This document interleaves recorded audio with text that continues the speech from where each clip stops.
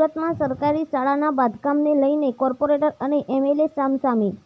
સુરતના કતારગામ ઝોનમાં સુમન સરકારી શાળાના બાંધકામને લઈને કોર્પોરેટર અને એમએલએ વચ્ચે વિવાદ ઊભો થયો છે। શાળાનું બાંધકામ અચાનક વોર્ડ નંબર 7માંથી 8માં લઈ જવામાં આવ્યું છે, જેને લઈને સ્થાનિક કોર્પોરેટર અસંતુષ્ટ થયા છે।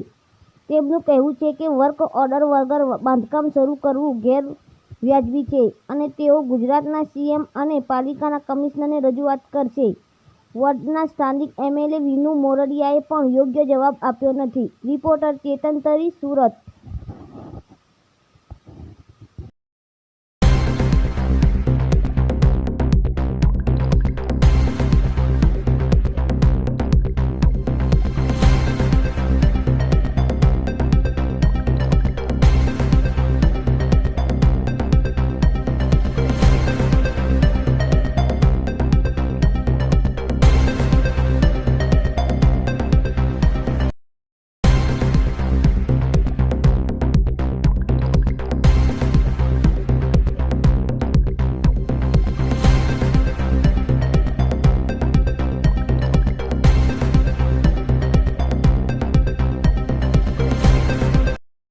આજે મારે વોર્ડ નંબર 7માં સુમન સ્કૂલ નહોતી, વર્ષોથી બધાની રજૂઆત હતી, જેથી મેં પક્ષમાં રજૂઆત કરતા મને સુમન સ્કૂલનું લગભગ 2 વર્ષ પહેલા ઓકે કર્યું પછી એનો આગળની કાર્યવાહી થઈ, ઓર્ડર અપાઈ ગયો અને ખાતમુહૂર્ત પણ થઈ ગયું।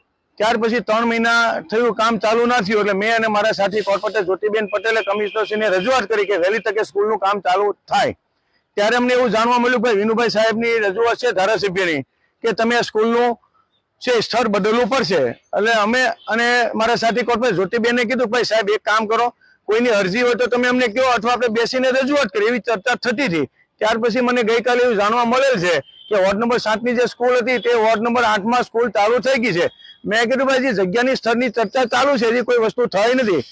અત્યારે સ્થળ ઉપર આવતા મને એવું લાગ્યું કે હજી વર્ક ઓર્ડર કોઈ આવ્યો નથી, તો વર્ક ઓર્ડર વગર કામ કેમ ચાલુ થયું એની મારી રજૂઆત છે। વર્ક ઓર્ડર આવ્યો પછી કામ ચાલુ કરો, મને કોઈ વાંધો નથી, જેથી હું કમિશનરશ્રીને લેખિતમાં રજૂઆત આપું કરવાનો છું અને સીએમ સાહેબને પણ રૂબરૂ મળવાનો છું કે હકીકત મારે કહેવાની સાહેબ વોર્ડ નંબર 7માં મારી કોઈ સ્કૂલ નથી સુમન સ્કૂલ, જેથી સાહેબ તમે અમને સ્કૂલ અહીંયા રવા દો તો સારું છે। અને વોર્ડ નંબર 8માં એ સ્કૂલ તો લાવ્યા છો ને બીજી 2 દિવસ પહેલા 13 કરોડના ખર્ચે બીજી બી સ્કૂલ પાસ કરી છે, તો એકને વોર્ડમાં 2 સ્કૂલ આવે એ વ્યવહારિક નથી। એટલે મારી પ્રજા મને પૂછે છે કે નરેન્દ્રભાઈ સુમન સ્કૂલ અહીંયા લાવો, એવી મારી રજૂઆત છે।